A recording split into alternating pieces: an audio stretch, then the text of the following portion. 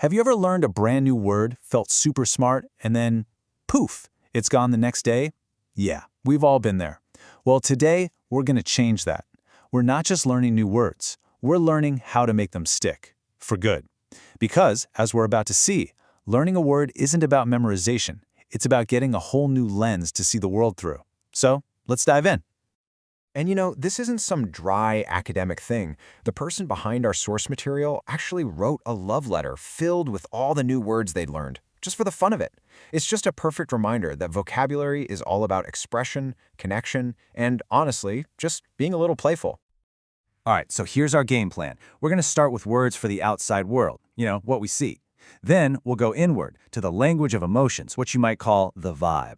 After that, we'll get into words about how people act. And finally, we'll explore the vocabulary of the mind itself. Okay, first up, let's talk about how we describe the world around us. This section is all about building up a verbal toolkit for painting pictures with your words, covering everything from the absolutely beautiful to the totally messy. And we really have to kick things off with this word, aesthetic. It is the absolute foundation for this entire section. Because it's not just about something being beautiful, it's about our sense of beauty, our appreciation for it. It's the why behind what we find so pleasing to look at. So, when something really grabs your attention, what do you call it? Is it garish? Like a supercar painted in some blinding neon color? Or maybe it's refulgent, shining so brightly like a polished trophy. If it's incredibly detailed, maybe even a little over the top, that's baroque. And if it's just someone with a confident, eye-catching style, they're flamboyant. Okay, but let's be honest. A word like refulgent can feel a little intimidating, right? It sounds fancy. How are you supposed to lock that into your memory? Well, check this out. This is the power of a good memory trick. Refulgent sounds kind of like detergent. Just picture washing something with so much detergent that it's just shining with this brilliant, clean light. Boom. Now, every time you walk down the cleaning aisle, you'll remember this word. But of course, life isn't always shiny and organized. For the complete opposite, you could say something is disheveled. Think of it this way. If you take a perfectly organized shelf and dish-shelf it, you've made a mess. Then you've got slovenly, which is just plain messy and dirty. If something's totally random, with no plan, it's haphazard. And if a job was just done carelessly, that's slipshod. So now that we have some words for the world outside, let's turn to our world inside. Section 2 is all about the vibe, those words we use for our emotional states. We're going to focus on the two big poles, calm and anger. And this is where a new word doesn't just change what you see, it can change how you understand what you feel. Think of it like a spectrum. On one end, you have that feeling of being totally unflappable, serene, composed. And on the other end, you've got being irritated or enraged or just plain furious. The real magic is in all the incredibly precise words that live in the space between. So for that calm state, you could be placid, like a calm lake, not easily disturbed. Or maybe phlegmatic, which is a person who's just naturally unemotional and super calm. A stoic person is someone who endures hardship without even flinching. And my personal favorite, equanimity. That's that beautiful state of mental balance, that deep composure, especially when everything's going wrong. Now let's flip the coin. Someone who's choleric is really bad-tempered.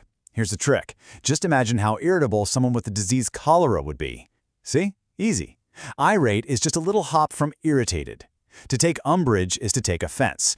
And someone who's petulant is basically acting like a grumpy, sulking kid.